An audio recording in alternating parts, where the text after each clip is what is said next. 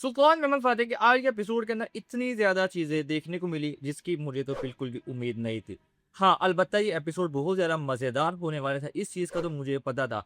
लेकिन इतना सब कुछ एक ही एपिसोड में देखने को मिलेगा, ये चीज़ मुझे थोड़ी सरप्राइज़िंग लगी। लेकिन देखकर बहुत ज़्यादा अच्छा लगा कि एक ही एपिसोड के अंदर इतना ज़्यादा कुछ देखने को मिला।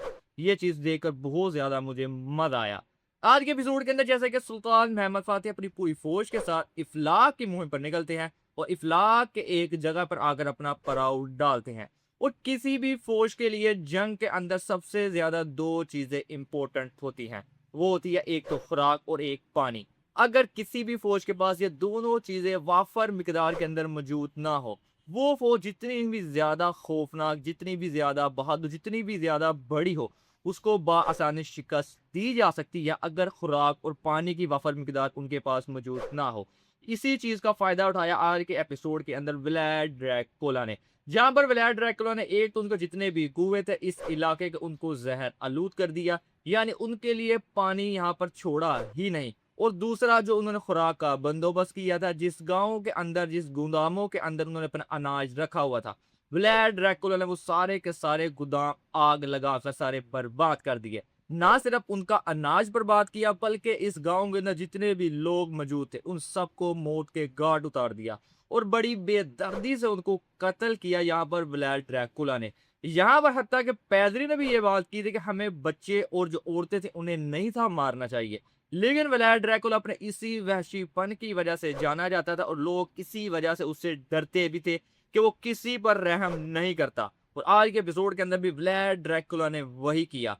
इसी वजह से सुल्तान महमद फ़ातिह की फ़ौज के दरमियान एक अजीब-सी बेचैनी, अजीब-सी फ़ीलिंग देखने को मिली कि सब के सब सिपाही इसी चीज़ को लेकर परेशान थे कि हमारे पास तो खुराक ही नहीं है, हमारे पास तो पानी ही नहीं है, तो हम जंग कैसे लड़ सकते हैं?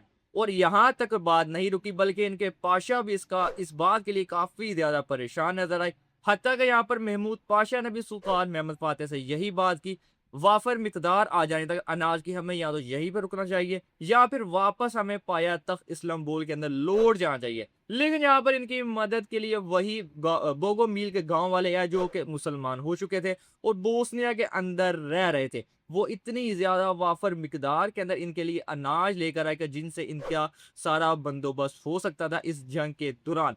लेकिन यहाँ पर अभी भी पानी का मसला दरपेश था सुल्तान महमद फ़ातिह और उसकी फ़ौज को, जिसके लिए जितने जल्दी हो सके उन्हें वो दरिया क्रॉस करके इफ़्लाक के दूसरी साइड की तरफ जाना था, जहाँ पर उन्हें पानी दस्तयाब हो सकता था और इनकी ये मुसीबत भी बआसानी हल हो सकती थी। लेकिन व्लाद ड्रैकुला ने यहाँ पर भी पैदरी की मदद से जितने भी वहाँ पर पुल थे, वो दरिया के ऊपर सारे के सारे उड़ा दिए, ताकि उन्हें काफ़ी ज़्यादा टाइम लगे दोबारा पुल बनाने के अंदर। इसी टाइम के दौरान वो दूसरी साइड के ऊपर एक बहुत ही खतरनाक मंसूबा तरतीब दे रहा है, जहाँ पर हमें एक हिस्टोरिकल जंग देखने को मिलने वाली है इसके आने वाले एपिसोड के अंदर। इस जंग के दौरान रात के टाइम के ऊपर सुल्तान महमद फ़ातिह और यहाँ पर व्लाद ड्रैकुला के सिपाहियों के दरमियान एक बहुत ही खतरनाक जंग लड़ी गई थी और इस जंग के अंदर काफ़ी ज़्यादा तादाद के अंदर सुल्तान महमद फ़ातिह की जो फ़ौज थे यानी चरी थी, उनकी शहादतें देखने को मिल रही थी।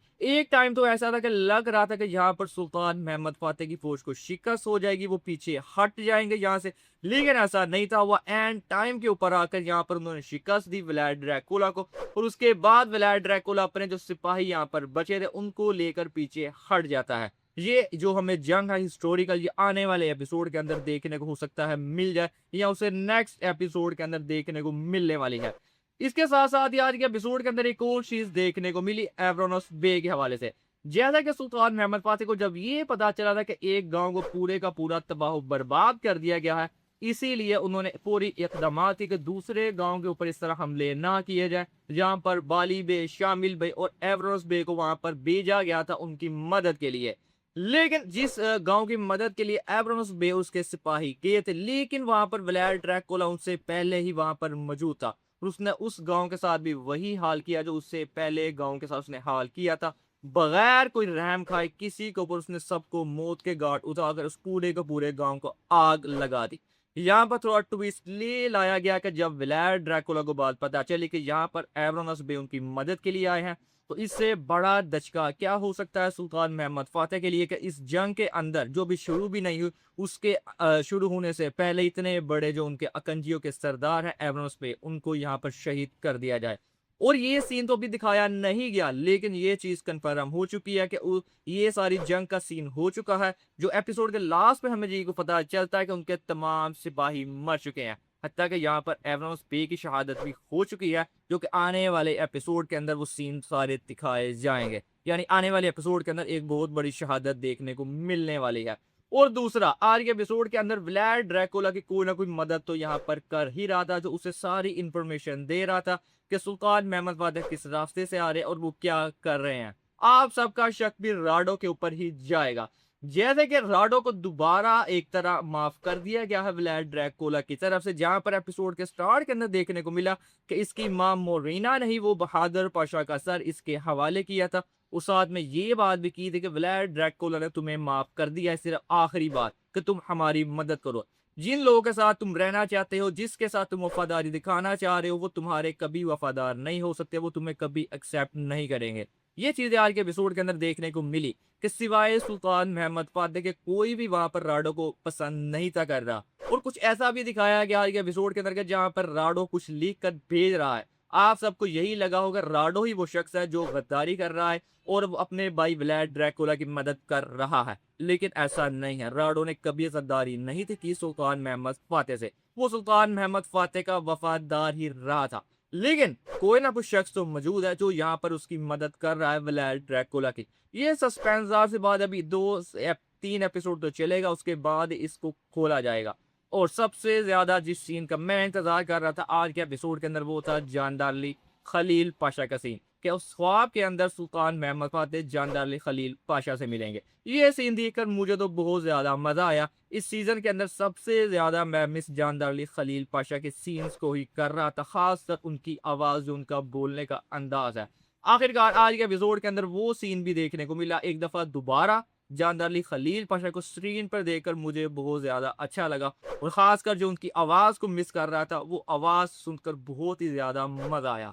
ओवरऑल आज का एपिसोड बहुत ज्यादा मजेदार था। अब आने वाले एपिसोड इससे भी ज्यादा मजेदार होने वाले हैं, जहां पर छोटे छोटे हमें जंग के सीन देखने को मिलेंगे और ज्यादातर लड़ाइयां यहाँ पर रात के टाइम भी देखने को मिलेंगी। जैसा कि व्लाड ड्रैकुला रात के टाइम पर ही अपने सिपाहियों समेत छापे मारता था छोटे छोटे, जिसके अंदर इनके सिपाहियों को मौत के गार्ड उतारता था, यानी चरी सिपाहियों को मौत के गार्ड उतारा जाता था।